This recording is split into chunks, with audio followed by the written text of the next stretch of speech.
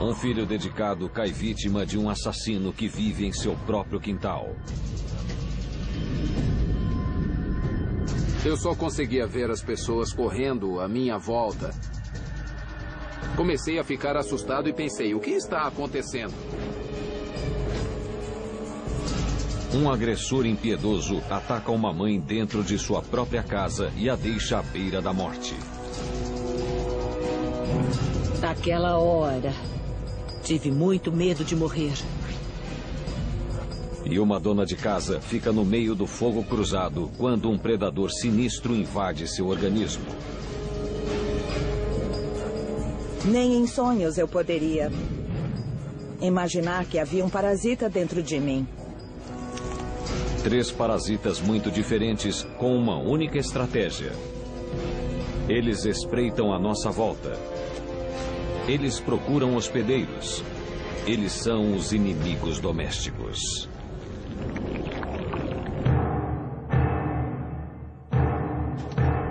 Vermes invisíveis a olho nu. Insetos sedentos de sangue. Amebas microscópicas. Eles parecem inofensivos, mas estão entre as criaturas mais letais da natureza. Podem invadir nossos corpos e desarmar nossos sistemas imunológicos. Eles são apenas parasitas, mas para quem foi infectado, eles são parasitas assassinos. Os parasitas são um dos organismos mais bem-sucedidos e abundantes do planeta. Eles estão à nossa volta, no ar que respiramos, no alimento que comemos e na água que bebemos. Quando as pessoas pensam em parasitas, geralmente pensam em países do terceiro mundo ou regiões tropicais. Mas a verdade é que qualquer organismo do planeta corre o risco de ter uma infecção parasitária. Os parasitas estão até em países desenvolvidos como os Estados Unidos. E alguns dos parasitas mais mortais se escondem nos lugares mais comuns.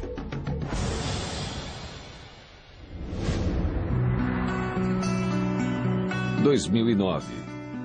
John Taverner, de 55 anos, vive em Manchester, Nova Jersey, e cuida de sua mãe em tempo integral. Minha mãe teve alguns problemas de saúde e precisava de alguém para ajudá-la o tempo todo. Depois de tudo que ela fez pelos filhos, eu prometi que não a internaria num asilo. Quando John não está cuidando de sua mãe, está com sua namorada Kristen. O John é um homem muito bom.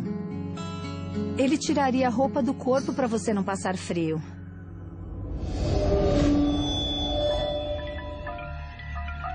Mas um invasor está prestes a transformar o próprio John de cuidador a paciente.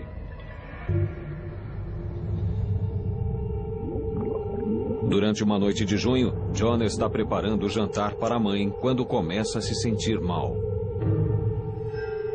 Eu estava febril e não sabia porque não tinha sintomas, nem dor de garganta ou tosse, nem dor de estômago.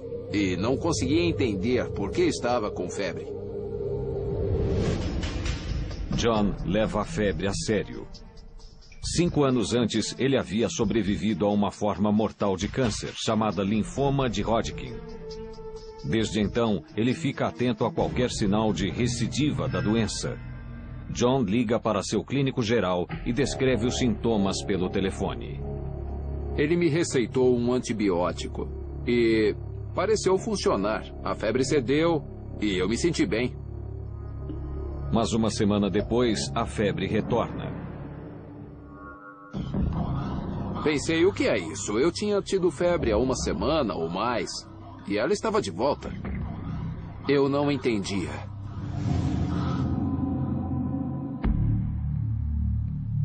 Durante a noite, o estado de John piora rapidamente. Eu só conseguia ficar na cama, suando. Tentei me levantar para ir ao banheiro, estava tremendo demais. Então voltei a me enfiar debaixo das cobertas, os lençóis ficavam ensopados, os travesseiros também. Eu suava e sentia frio. Quando fui checar a minha temperatura, eu me lembro que estava com quase 40 graus.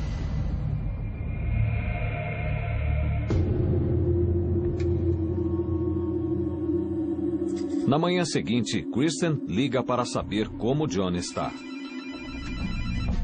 Acho que ele nem percebeu que atendeu o telefone, porque ele não falava coisa com coisa. Alarmada com as frases desconexas de John, Kristen vai até a casa do namorado e fica chocada com o que vê. O John estava meio cinza, com gotas de suor por toda a testa. E ele não parecia nada bem. Kristen está determinada a levar John ao hospital. Antes de tentar convencê-lo, John exibe um novo e assustador sintoma. Ele defecou na própria roupa como se não pudesse evitar. Parecia que não percebeu que estava saindo. Ele não disse, acho que estou com diarreia. Parecia mais uma cachoeira de líquidos saindo dele. Eu liguei para a emergência. A ambulância chega minutos depois e John é levado às pressas para o hospital. A primeira coisa que a enfermeira do pronto-socorro faz é checar a temperatura de John. O resultado é assustador, 40,5 graus de febre. Uma temperatura tão alta que pode causar convulsões e até a morte. Na mesma hora eu perguntei à enfermeira, o que provoca isso? O que está acontecendo? E ela me disse, eu não tenho a menor ideia. Um medicamento é aplicado por via intravenosa para tentar baixar a temperatura. Mas a origem da febre ainda é um mistério. Eu só conseguia ver as pessoas correndo à minha volta, sem rostos, só os uniformes verdes que os médicos e as enfermeiras usam na sala de emergência. Comecei a ficar assustado, pensei, o que está acontecendo? Devido ao histórico médico de John, a equipe do pronto-socorro entra em contato com seu médico pessoal, Dr. Frank Alario. Ele estava delirando, estava desidratado, confuso e com uma febre muito alta. Para tentar descobrir o que está causando a estranha febre alta em seu paciente, o Dr. Alario pede uma bateria de exames. Várias horas depois, chegam os resultados. O Dr. Alario já tem uma resposta. John está à beira da morte devido a um parasita microscópico.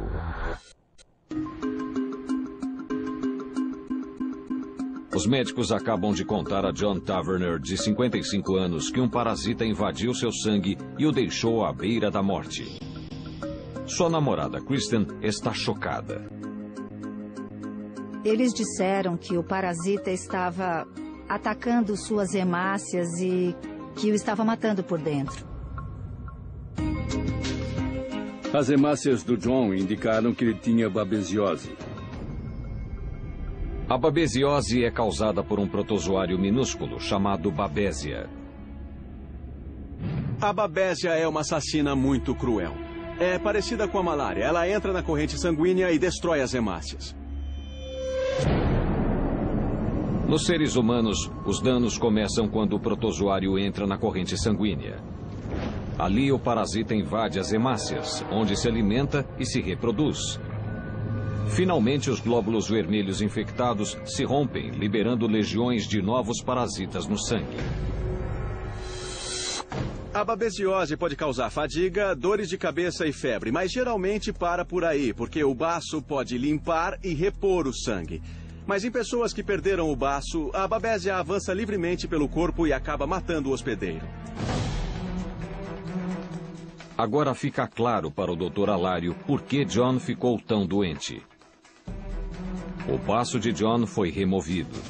O John fez um tratamento para o linfoma de Hodgkin, que é um câncer nos linfonodos, o que exigiu a extração do baço.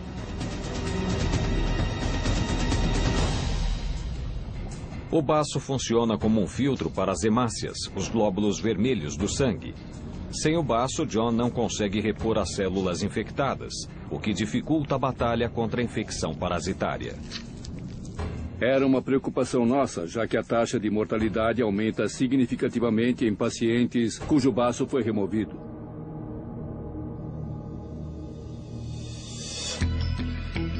Mas como John pegou o parasita?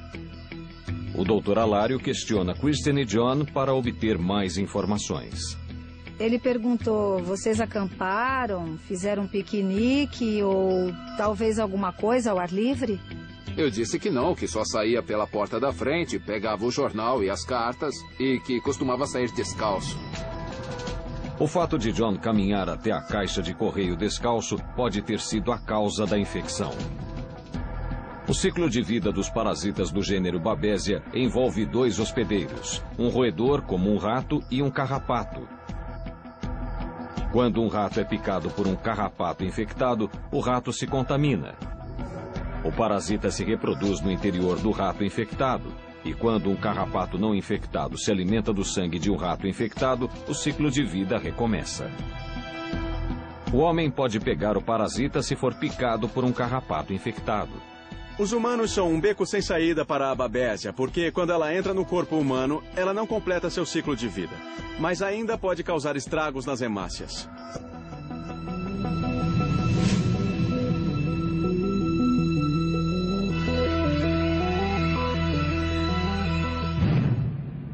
Nos 2 dias seguintes, os médicos inundam o corpo de John com antibióticos para matar o parasita. Eles não sabiam até onde o parasita tinha avançado.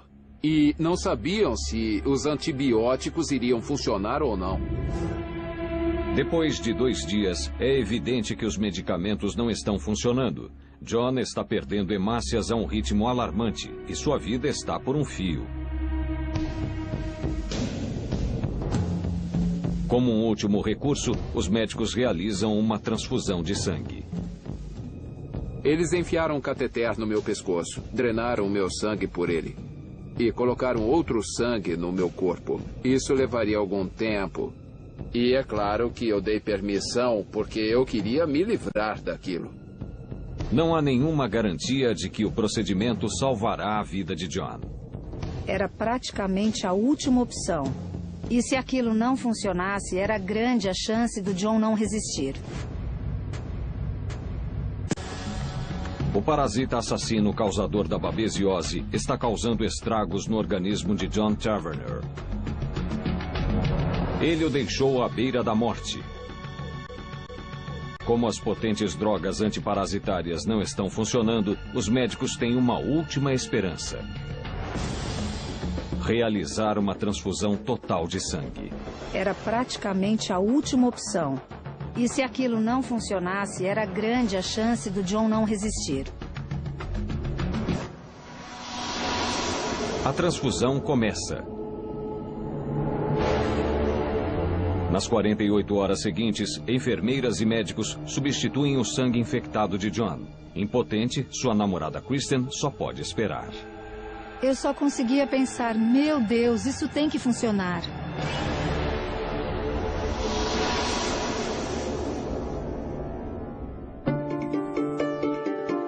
Finalmente, depois de 3 dias, a febre de John começa a ceder. A transfusão está funcionando. Durante as semanas seguintes, os médicos continuam a monitorar a contagem de hemácias de John. Finalmente, eles anunciam que John está livre dos parasitas. Hoje, John está totalmente recuperado. Ele voltou para casa e toma conta de sua mãe em tempo integral. Sinto que voltei a ser quem eu era. Voltei ao normal. Estou fazendo tudo o que fazia antes do incidente com aquele parasita. Mas a experiência deixou alguns efeitos duradouros. Agora que sei que esses parasitas existem, eu não saio mais de casa sem calçar os sapatos. Sempre que saio, uso sapatos, calças, meias. A babesia é comum na costa leste dos Estados Unidos, do sul do Maine até Nova Jersey, e ataca cerca de 200 pessoas por ano. Para evitar a infecção, quem mora ou viaja para as regiões onde o parasita ocorre deve manter a pele coberta quando estiver participando de atividades ao ar livre e usar repelentes de insetos que contenham DET. A babesia usa um carrapato para ir de um hospedeiro a outro. Mas outros parasitas não precisam de ajuda. São perfeitamente adaptados para permanecer sozinhos no ambiente, esperando a oportunidade de atacar e tomar um novo hospedeiro. Março de 2007, Rochester, Nova York. Penn Baker leva uma vida bastante ativa com seu marido Bruce e suas 3 filhas. Eu e o Bruce acabamos de comemorar 25 anos de casamento. Ele é um marido maravilhoso e o pai mais incrível do mundo. Ela se envolve bastante nas atividades escolares das meninas. Ela é chefe de escoteiro desde que a nossa filha mais velha estava no jardim da infância. Ela consegue fazer tudo e faz muito bem.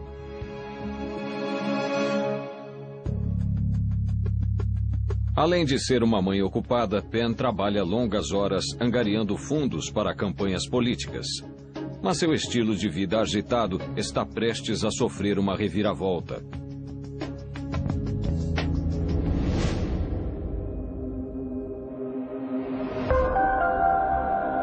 Em uma manhã de março, Penn se prepara para fazer uma viagem de negócios. Mas enquanto faz as malas, ela sente fortes cólicas.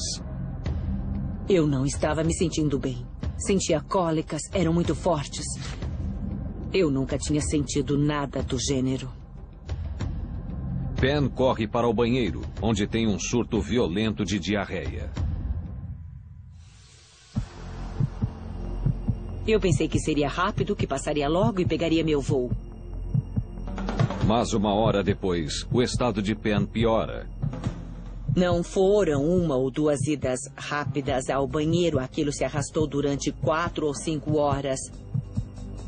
Eu me lembro bem de ter me sentido totalmente esgotada no fim do dia. Não restou nada no meu corpo e eu fiquei preocupada pensando que fosse uma gastroenterite ou então algum tipo de virose. Quando Bruce chega em casa naquela noite, descobre que Penn havia perdido o voo. Se ela perdeu o voo, era sério. Ela não cancelaria aquela viagem a menos que estivesse muito doente. Bruce ajuda sua esposa a ir para a cama. E na manhã seguinte, as cólicas intestinais desaparecem. Alguns dias depois, Penn está em casa, se exercitando em sua esteira. Depois de caminhar por 30 minutos, surge um novo e perturbador sintoma.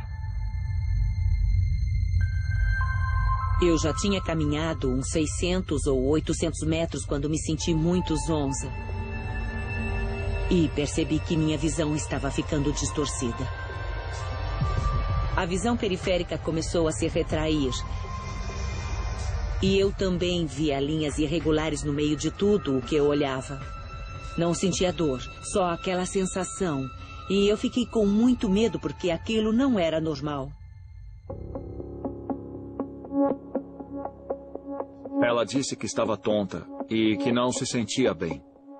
Na hora eu pensei que ela estivesse cansada demais e que talvez tivesse exagerado um pouco na esteira. Por precaução, Penn marca uma consulta com seu oftalmologista na manhã seguinte. Ele fez um exame básico. Ele pingou um colírio nos meus olhos e depois aproximou aquela máquina para examinar a visão. Ele então me disse que estava tudo normal, não havia nada atrás da retina. O médico de Penn não consegue encontrar um motivo óbvio para seus problemas de visão. Mas devido à idade de Penn, acha que ela pode sofrer de uma condição comum na pós-menopausa chamada enxaqueca oftálmica. Quando se perde estrogênio, pode haver dores de cabeça. Os sintomas da enxaqueca oftálmica incluem ver flashes de luz, padrões em zigue-zague, pontos cegos ou estrelas. Meu estilo de vida não estava ajudando. Ele disse que sabia como eu era ocupada e qual era meu trabalho, mas falou, não custa descansar um pouco e ir mais devagar se é do que precisa. O médico sugere que Penn tente reduzir seu nível de estresse. Seguindo o conselho, Penn decide tirar alguns dias de folga. Eu queria dormir, queria descansar e recarregar as baterias.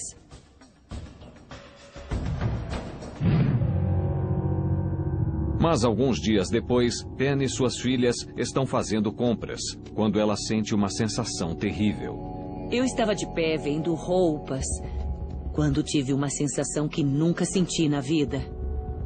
Tive uma vertigem. Fiquei tão zonza que a loja toda começou a girar ao meu redor. Senti palpitações. Não conseguia fazer nada fisicamente. Meu primeiro pensamento foi: oh meu Deus, estou tendo um infarto. A vertigem e as palpitações se agravam tanto que Pen não consegue mais ficar em pé. Eu me sentei num banco na rua, coloquei a cabeça entre as mãos, fechei os olhos e rezei. Abalada pelo episódio, Pen tenta esconder a situação de suas filhas.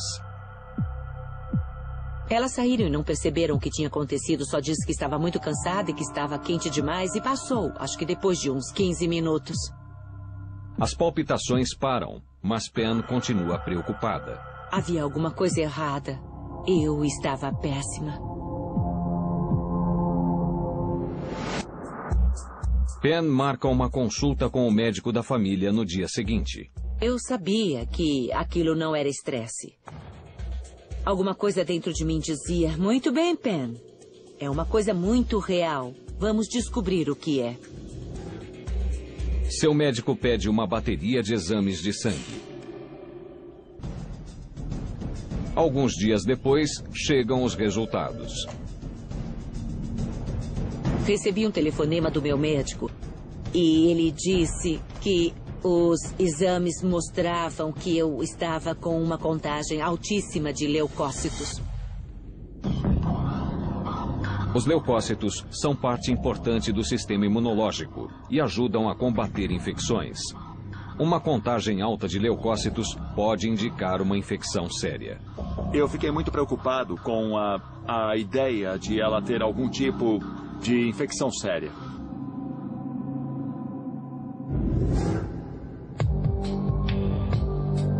Os médicos encaminham Pen ao Dr. William Bonnet, um especialista em doenças infecciosas do Centro Médico da Universidade de Rochester.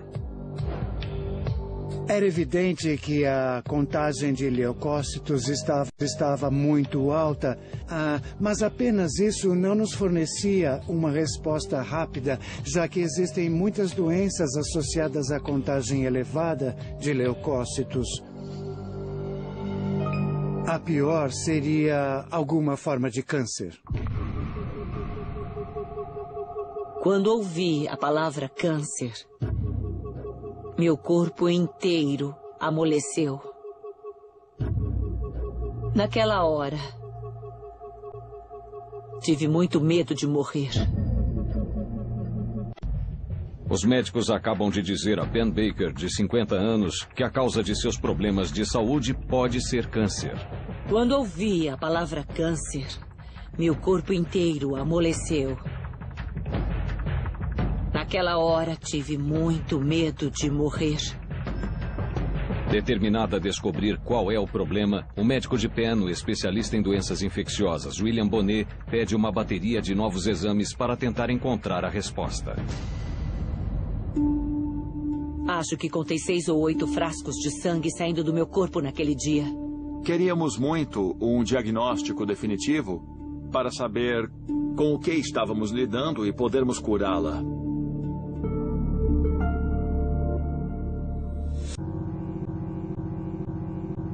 Depois de 2 semanas de espera angustiantes, Pen recebe uma ligação do Dr. Bonnet. Um médico me ligou naquela tarde para me dizer que tinha um possível diagnóstico. O médico diz a Pen que ela tem algo em quem ninguém havia pensado. O exame de sangue mostrou que havia apenas uma coisa realmente anormal. Ela tinha anticorpos contra um parasita chamado Toxocara.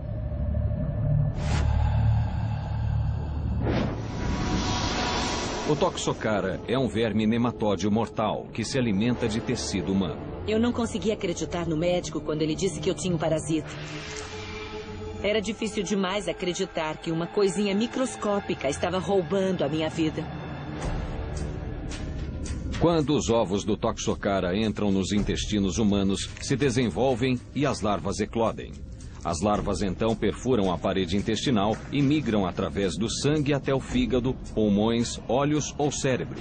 À medida que combate o parasita, o sistema imunológico gera uma reação inflamatória nos tecidos infectados. Se o parasita atingir o olho, a reação inflamatória pode trazer graves consequências. O corpo humano é um beco sem saída para o Toxocara, já que ele não pode se tornar um verme adulto ali. Mas em estado larval, ele migra através dos tecidos, causando muito estrago. E se ele destruir a retina, pode causar cegueira permanente. Como os sintomas mais recentes de Penn incluem vertigem e visão borrada, os médicos temem que o parasita já tenha invadido os olhos de Penn. O parasita pode causar cegueira ao provocar uma reação no olho que destrói a retina. Eu nem conseguia pensar em uma coisa dessas. A ideia de a Penn ficar cega aos 50 anos era horrível demais para se imaginar. Lembro de olhar para o meu marido e dizer: não pode ser, simplesmente não pode.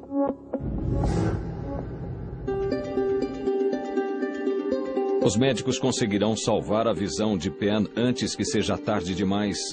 O Dr. Bonnet pede que Penn venha a seu consultório imediatamente. Ele decidiu que deveríamos procurar um especialista em oftalmologia para me examinar. Penn é submetida a novos exames para determinar se o parasita está em seus olhos. Enquanto isso, o Dr. Bonnet está intrigado com uma questão importante. Como Penn contraiu toxocaríase? Os parasitas do gênero Toxocara são muito bem-sucedidos. Eles são inimigos domésticos que lançaram uma campanha bem-sucedida contra as pessoas e seus animais. O Toxocara começa como um ovo de vida livre no solo. Os ovos são então ingeridos por um mamífero, como um cachorro. Os ovos se transformam em larvas no intestino do cão, penetram pela parede intestinal e migram pelo corpo. Os vermes adultos depositam ovos nos intestinos, que retornam ao ambiente nas fezes. Filhotes de cães e gatos correm um risco maior de contrair e transmitir o Toxocara. Eles podem pegá-lo facilmente pelo leite de uma mãe infectada ou no próprio ambiente. O Dr. Bonnet pergunta a Penn e sua família como eles podem ter sido expostos ao parasita. Pensei na hora no nosso cachorro. Temos um lindo Golden Retriever. E eu passava muito tempo andando com ele e limpando suas fezes. E o médico quis que a gente checasse se o cão tinha o parasita. A convivência com o cão da família pode ter levado Penn à beira da cegueira.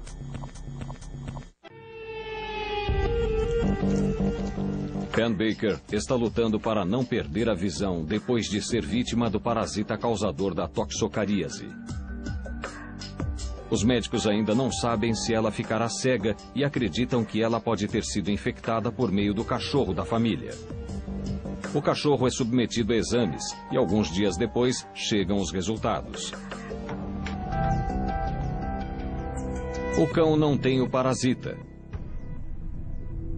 Sem um culpado aparente, os médicos dizem a Penn que ela talvez jamais saiba como se infectou. Todos acham que eu estava comendo em algum lugar e alguém que manuseou minha comida tinha o parasita e o passou para mim. O Dr. Bonnet ministra as potentes drogas antiparasitárias a Penn, na esperança de matar o organismo. Depois de alguns dias, ela faz novos exames e finalmente recebe boas notícias. Meu médico chegou com os resultados e disse: sua contagem de leucócitos voltou ao normal e o parasita não está em seus olhos. Finalmente eu vi uma luz no fim do túnel. Fiquei muito aliviada naquele momento.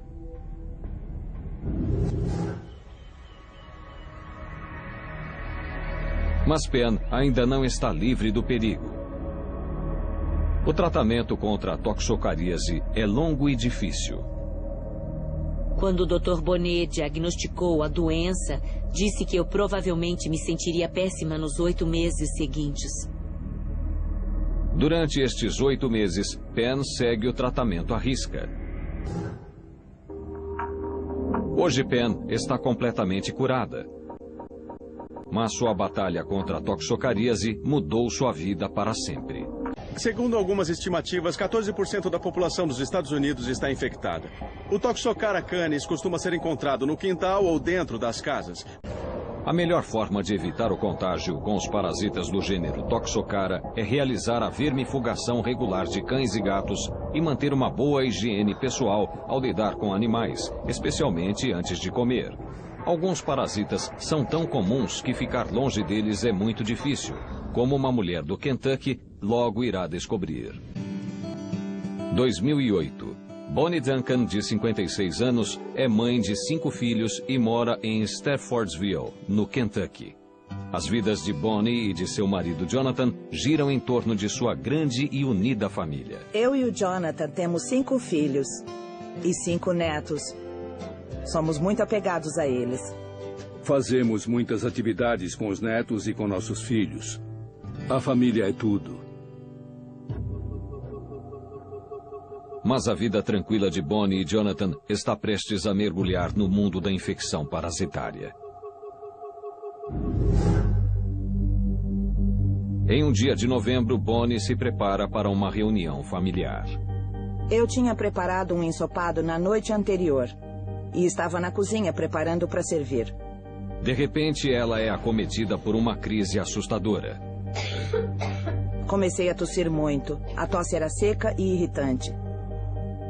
Perguntei se ela estava bem, porque ela já teve problemas com asma antes.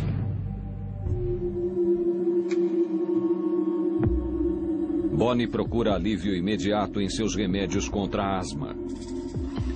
Minha respiração ficou muito limitada. Foi assustador. Mas as drogas não ajudam. Foi quando chamei meu marido e meus filhos e disse que alguém precisava me levar ao médico. O médico pede uma radiografia do tórax para descobrir por que Bonnie está com dificuldade de respirar. Algumas horas depois, os resultados chegam. Ela foi diagnosticada com pneumonia. Fiquei aliviada. Pensei que me dariam antibióticos e eu ficaria bem em alguns dias. Além dos antibióticos, Bonnie recebe uma forte dose de esteroides, que desobstruirão suas vias aéreas. Ele recomendou que eu tomasse o remédio como indicado e eu pensei, tudo bem, vou fazer o que o médico mandou e vou ficar bem. Os esteroides funcionam. E logo Bonnie volta a respirar normalmente. Mas ela continua se sentindo estranha. Eu não estava mais tossindo, mas estava muito enjoada. No dia seguinte, Bonnie está tão enjoada que não consegue comer nada. Meu marido e meus filhos me pediam para comer, mas eu não conseguia, sabe? Não adiantava forçar. Bonnie e Jonathan supõem que o enjoo é um efeito colateral dos medicamentos contra a pneumonia. Mas depois de alguns dias, Bonnie não consegue se alimentar e Jonathan começa a se preocupar. Ficamos muito preocupados porque ela não estava se alimentando o suficiente para nutrir o organismo. Jonathan implora que Bonnie se alimente, mas quando ela finalmente cede, as consequências são desastrosas. Bonnie apresenta espasmos musculares dolorosos e começa a vomitar. Quando eu colocava comida na boca, vomitava. Meu estômago doía, com espasmos musculares. Bonnie passa o restante do dia vomitando. E Jonathan não sabe o que fazer. Ela não conseguia manter nenhum alimento no estômago. Na verdade, Bonnie já não tem nada no estômago. E os espasmos pioram cada vez mais. Comecei a vomitar um líquido verde, a bile. Cheguei ao ponto de nem conseguir mais levantar a cabeça sozinha. A condição de Bonnie piora a cada minuto. E ela começa a temer o pior. Uma voz dentro de mim dizia, vá para o hospital. Eu nunca me senti tão mal na minha vida. Pensei que fosse morrer.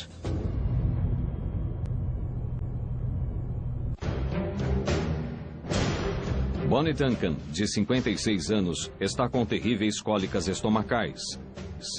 Ela não consegue manter nenhum alimento que ingere. Por isso, não come adequadamente há dias. Eu nunca me senti tão mal na minha vida. Pensei que fosse morrer. Assustado, o marido de Bonnie a leva às pressas para o pronto-socorro. Eu corri o máximo que pude. Fiquei com medo que ela desmaiasse em cima de mim. Então, tentei levá-la ao pronto-socorro o mais rápido possível. No hospital, Bonnie é examinada por um gastroenterologista, o Dr. Barran Forozandé. O médico veio me examinar.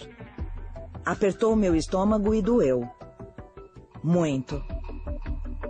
Imediatamente, o Dr. Forozandé confirma os piores temores de Bonnie.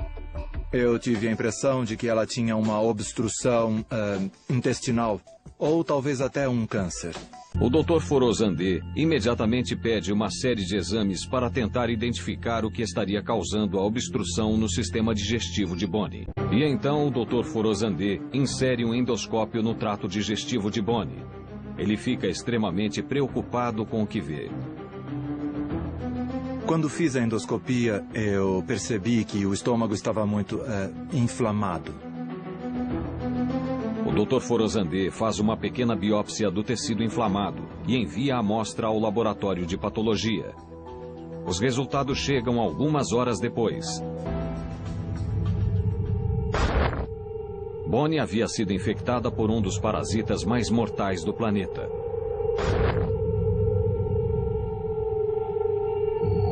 O Dr. Forozandé conta a notícia a Bonnie e sua família.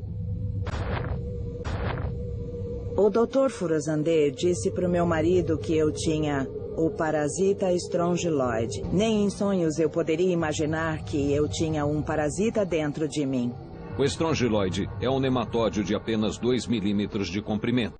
Eles podem permanecer dormentes dentro de um hospedeiro durante anos. Mas quando se tornam ativos, podem causar grandes estragos no organismo. O Strongyloid é um assassino cruel. Se não for detectado, o parasita pode causar uma condição chamada hiperinfecção. O Strongyloid se reproduz rapidamente no intestino do hospedeiro. As larvas penetram no intestino, devorando os tecidos enquanto avançam.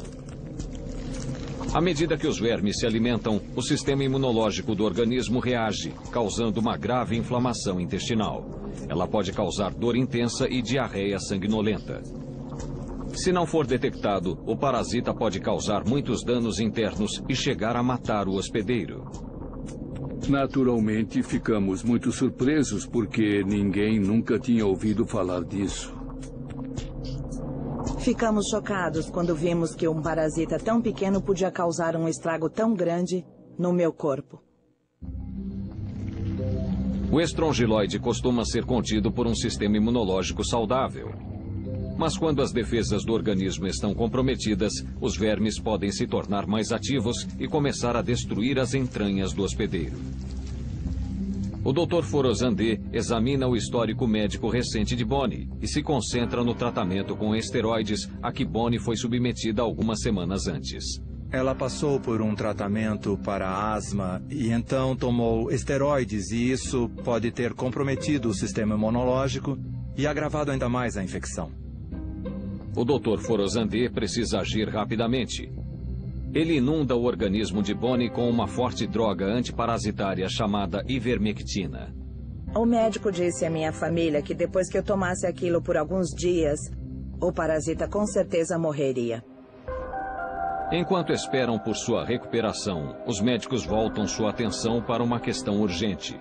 Como estes assassinos cruéis entraram no organismo de Bonnie? O Strongyloid inicia seu ciclo de vida como um verme de vida livre no solo.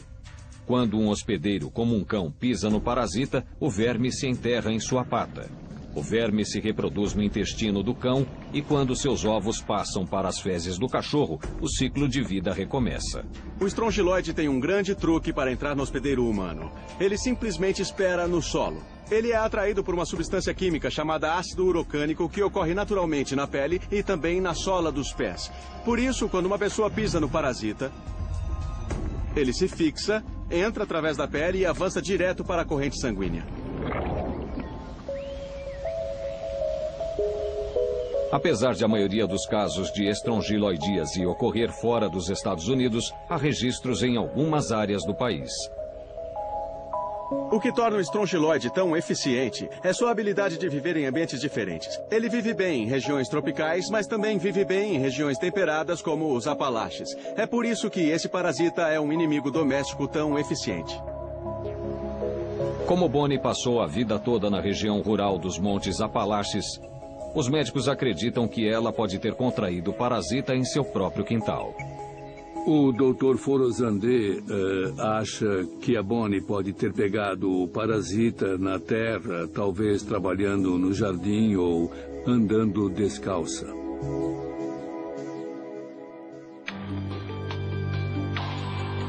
Depois de algumas semanas, o estado de Bonnie começa a melhorar. E ela volta para casa, para Jonathan e seus filhos.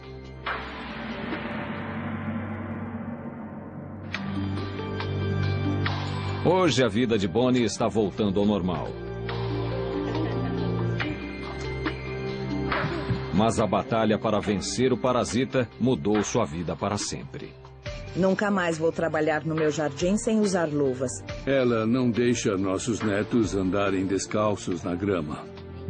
Acho que a minha história mostra que qualquer um que mexa na terra ou ande descalço pode pegar um parasita. Qualquer pessoa que mexa com a terra pode pegar. Para evitar a infecção pelo causador da estrongiloidíase, residentes ou pessoas que visitam a região dos Apalaches devem evitar andar descalças na terra e devem sempre lavar as mãos depois de atividades ao ar livre. Versão brasileira Vox Mundi. Muitos parasitas vivem em países do terceiro mundo e em regiões tropicais onde a higiene é precária e as chances de transmissão são muito grandes. Mas outros se saem muito bem em países desenvolvidos, nos nossos próprios quintais.